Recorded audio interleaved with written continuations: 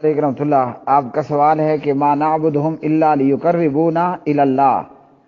مکہ کے مشرکوں نے کہا ہم ہبل کی، منات کی، عزا وغیرہ وغیرہ کی عبادت اس لیے کرتے ہیں کہ یہ ہمیں اللہ کے قریب کر دیں۔ جیسے انڈیا، پاکستان، بنگلہ دیش، بھوٹان کے مشرک کہتے ہیں ہماری ان کے آگے، ان کی اللہ کے آگے اللہ ہماری سنتا نہیں اور ان کی موڑتا نہیں ہے، اور اس پر یہ ما نعبدہم الا لیقربونا الی اللہ، اس پر اہل شرک کا امام علامہ طاہر القادری کہتا ہے کوہاٹ میں زندہ پیر کے دربار پہ بیان کرتے ہوئے، کہتا ہے یہ جو ہمارے پیر ہیں ان پیروں کا کیا کام ہے، اور یہ ان پیروں کا یہ کام ہے کہ ان پیروں کے ذریعے ہمارا رابطہ ہوتا ہے، کنٹیکٹ ہوتا ہے اللہ تعالیٰ سے یا نبی سے، تو ہم ڈائریکٹ اللہ تعالیٰ سے نہیں مانگ سکتے۔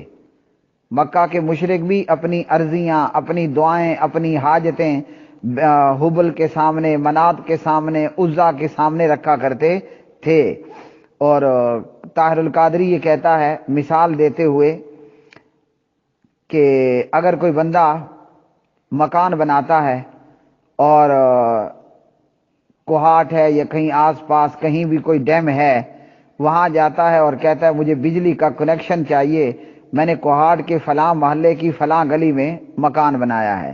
وہ ڈیم والے کہتے ہیں جناب آپ اپنے علاقے میں موجود بجلی گھر کے پاس جائیں، اور جب وہ بجلی گھر کے پاس جاتا ہے کہ میں نے مکان بنایا ہے اور مجھے بجلی کی تار چاہیے، وہ کہتے ہیں جناب ہم نے آپ کے محلے میں ٹرانسفارمر لگا دیا ہے، آپ وہاں رابطہ فرمائیں۔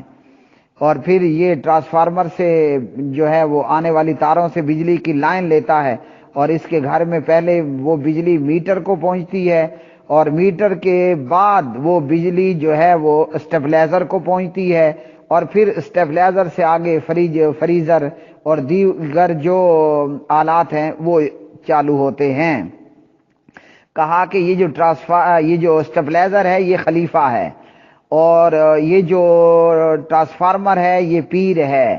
اچھا جی آگے، اور یہ جو بجلی گھر ہے یہ نبی ہے، اور یہ جو ڈیم ہے یہ اللہ تعالیٰ ہے۔ انا للہ و انا الیہ راجعون۔ مکہ کے مشرکوں نے بھی یہی کہا ما نعبدہم الا لیقربونا الی اللہ، ہم حبل کی، منات کی، عزا کی اس لیے عبادت کرتے ہیں، ہمارا مقصد یہ ہے کہ ہمیں یہ اللہ تعالیٰ کے، رب تعالیٰ کے قریب کر دیں، اور ویسے اللہ کے پاس ہم نہیں پہنچ سکتے۔ جبکہ قرآن مجید نے مکہ کے مشرکوں کا اور ان مشرکوں کا بھی رد کر دیا، یہ جو کلمہ گو مشرک ہیں یا آج جو ہے وہ غیر اللہ کو پوجنے والے اور مورتیوں کو پوجنے والے، سب کا تمام کا۔ وَإِذَا سَأَلَكَ عِبَادِي أَنِّي فَإِنِّي قَرِيبٌ أُجِيبُ دَعْوَةَ الدَّاعِ إِذَا دَعَانِ فَلْيَسْتَجِيبُوا لِي وَلْيُؤْمِنُوا بِي۔ تو قرآن مجید سورہ البقرہ میں اللہ رب العالمین نے فرمایا آپ سے بندے میرے متعلق پوچھتے ہیں تو میں قریب ہوں، اور میں پکارنے والے کی پکار کو قبول کرتا ہوں۔ اسی طرح ایک اور مقام میں فرمایا وَنَحْنُ أَقْرَبُ إِلَيْهِ مِنْ حَبْلِ الْوَرِيدِ، میں شاہ رگ سے بھی زیادہ قریب ہوں۔ تو جب اللہ ہمارے قریب ہے اور ہماری شاہ رگ سے بھی زیادہ ہمارے قریب ہے، تو پھر اللہ کو چھوڑ کر حبل کے پاس اور منات کے پاس اور عزا کے پاس اور کالی ماتا اور کالی دیوی اور ان بتوں اور قبروں اور مزاروں اور درباروں کی طرف جانا، اور اللہ کے لیے یہ ڈیم اور نیچے پھر مثالیں بجلی گھر اور ٹرانسفارمر اور اسٹیبلائزر اور میٹر، ان کی مثالیں دینا سراسر جہالت، حماقت، شرک کے سوا کچھ نہیں ہے۔ اللہ تعالیٰ کیسے سنتے ہیں؟ آئیے قرآن مجید سے ہم پوچھ لیتے ہیں کہ کیا اللہ کے لیے ڈیم کی مثال دینا یا نیچے پھر مثالیں بنانا کیا درست ہے؟ کیا اللہ سبحانہ و تعالیٰ کی عبادت چھوڑ کر اللہ کو پانے کے لیے حبل کا، منات کا یا حجویری کا یا اجمیری کا یا پاک پتن کا یا گولڑے کا سہارا لینا حلال ہے کہ حرام ہے؟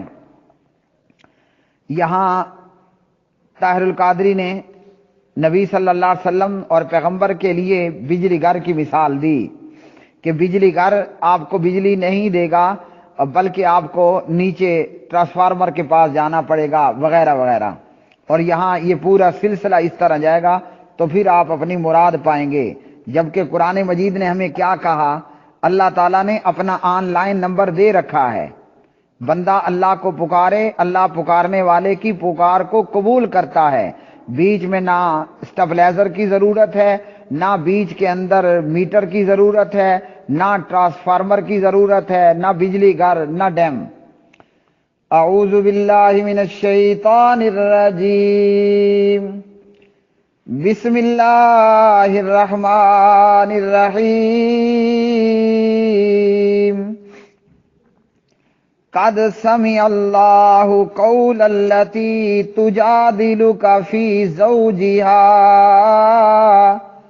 وتشتکی الی اللہ واللہ یسمع تحاورکما ان اللہ سمیع بصیر۔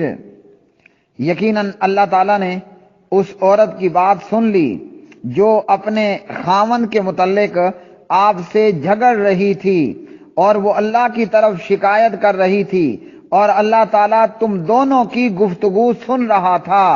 بے شک اللہ تعالیٰ خوب سننے والا، خوب دیکھنے والا ہے۔ یہ ہے حضرت خولہ بنت مالک بن ثعلبہ رضی اللہ تعالی عنہا اور ان کے خاوند حضرت اوس بن صامت رضی اللہ تعالی عنہ کے بیچ ہونے والا معاملہ زہار۔ اوس نے اپنی بیوی خولہ کو کہا، انتی علیہ کظہر امی، تو مجھ پر میری ماں کی پیٹھ کی طرح ہے۔ جاہلیت میں اس پر طلاق ہو جاتی تھی، بس ختم معاملہ۔ اب دونوں خاوند بیوی مسلمان ہوئے تو جناب حضرت اوس نے پھر یہ کہہ دیا، انتی علیہ کظہر امی، تو مجھ پر میری ماں کی پیٹھ کی طرح ہے۔ خولہ نبی علیہ السلام کے پاس آئی، اے ظالمو، اے مشرکو، چاہے وہ حبل کا سہارا لینے والے تھے، منات کا سہارا، عزا کا سہارا لینے والے تھے، یا وہ کالی ماتا اور مختلف دیوی اور دیوتاؤں کا سہارا لینے والے، یا حجویری کا، اجمیری کا، گولڑے کا، پاک پتن کا، اور ڈنڈا پیر اور جناب مگر مچھ پیر اور کھوتے والی سرکار، اور اسی طرح ککڑوں مرغوں والی سرکار اور بندروں والی اور کتے والی سرکار کے سہارے لینے والوں، اللہ ہماری سنتا نہیں، ان کی موڑتا نہیں، ان کی ہماری ان کے آگے اور ان کی اللہ کے آگے، اور کہنے والوں ما نعبدہم الا لیقربونا الی اللہ۔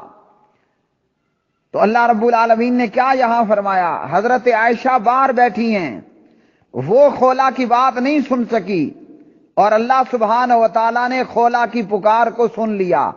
تو کہاں گیا تمہارا اسٹیبلائزر؟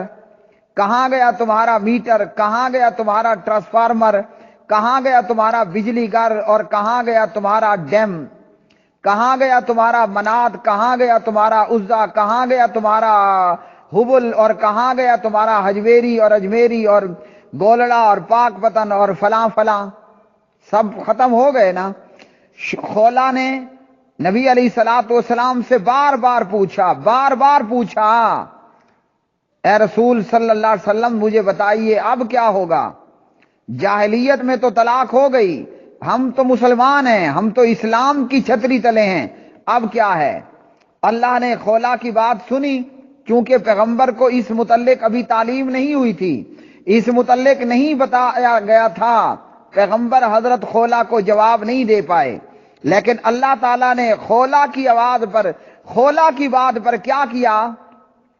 600 پروں والے جبریل کو بھیجا، جا جبریل، خولہ نے مجھے پکارا ہے اور میں خولہ کی پکار کو قبول کرتا ہوں، جا یہ سورہ المجادلہ کی یہ آیات لے کر جا اور اسے جا کر بتا کہ خولہ تو طلاق نہیں ہوئی۔ اللہ اکبر کبیرہ۔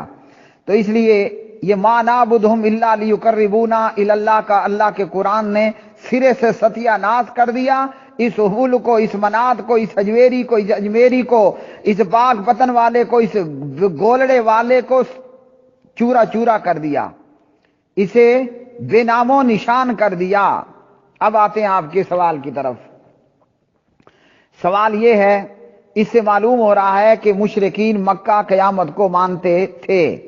میرے پیارے بھائی، اس میں قیامت کے ماننے کا تو ذکر نہیں ہے، اتنا ہے کہ وہ اللہ تعالیٰ کو مانتے تھے۔ جیسے حدیبیہ کے موقع پر بسم اللہ الرحمن الرحیم نبی علیہ السلام کی طرف سے جانے والے خط کی ابتدا میں لکھا گیا، مکہ کے مشرک اینڈ کمپنی نے کیا کہا، ہم اللہ تعالیٰ کو مانتے ہیں، یہ رحمان رحیم ہم اس کو نہیں مانتے، تو اللہ تعالیٰ کو وہ مانتے تھے۔ باقی اگر ہم اس سے پیچھے جائیں تو مکہ کے لوگ دین ابراہیم پر رہے، اسماعیل علیہ السلام بن ابراہیم علیہ السلام، ان کی دعوت و تبلیغ کی وجہ سے یہ علاقہ لا الہ الا اللہ پر تھا۔ لیکن عمر بن لوہی وہ پہلا بدبخت انسان جو شام گیا اور وہاں سے حبل نام کا بت لے کر مکہ بیت اللہ میں آ گیا، تو یوں انہوں نے پھر اللہ کے ساتھ اوروں کو بھی پوجنا شروع کر دیا۔ پھر نسل در نسل، نسل در نسل معاملہ چلتے چلتے اتنا خراب ہوا کہ صرف لفظ اللہ باقی رہ گیا۔ اس لیے کہا ما نعبدہم الا لیقربونا الی اللہ، اللہ تعالیٰ کا ورڈ باقی رہ گیا، لیکن اس کے علاوہ جو دعوت ابراہیم اور دعوت اسماعیل تھی وہ ساری کی ساری حبل، منات اور عزا اور 360 بتوں کے تلے کب کی دفن ہو چکی تھی۔ محمد الرسول اللہ صلی اللہ علیہ وسلم آئے اور اس خزینے کو پھر سے نکالا اور پھر سے لا الہ الا اللہ کے آوازیں گونجے، اور تب جا کر انہوں نے اسلام قبول کیا کرنے والوں نے، اور مانا کہ جی ہاں قیامت ہے۔ ورنہ انہوں نے یہی کہا کہ جب ہم مٹی میں مل کر مٹی ہو جائیں گے، چورا چورا ہو جائیں گے، تو ہم کیسے زندہ کیے جائیں گے؟ بس جو زندگی ہے ان ہی الا حیاتنا الدنیا، یہی دنیا ہی کی زندگی ہے، مر گئے کہ ختم ہو گئے وغیرہ۔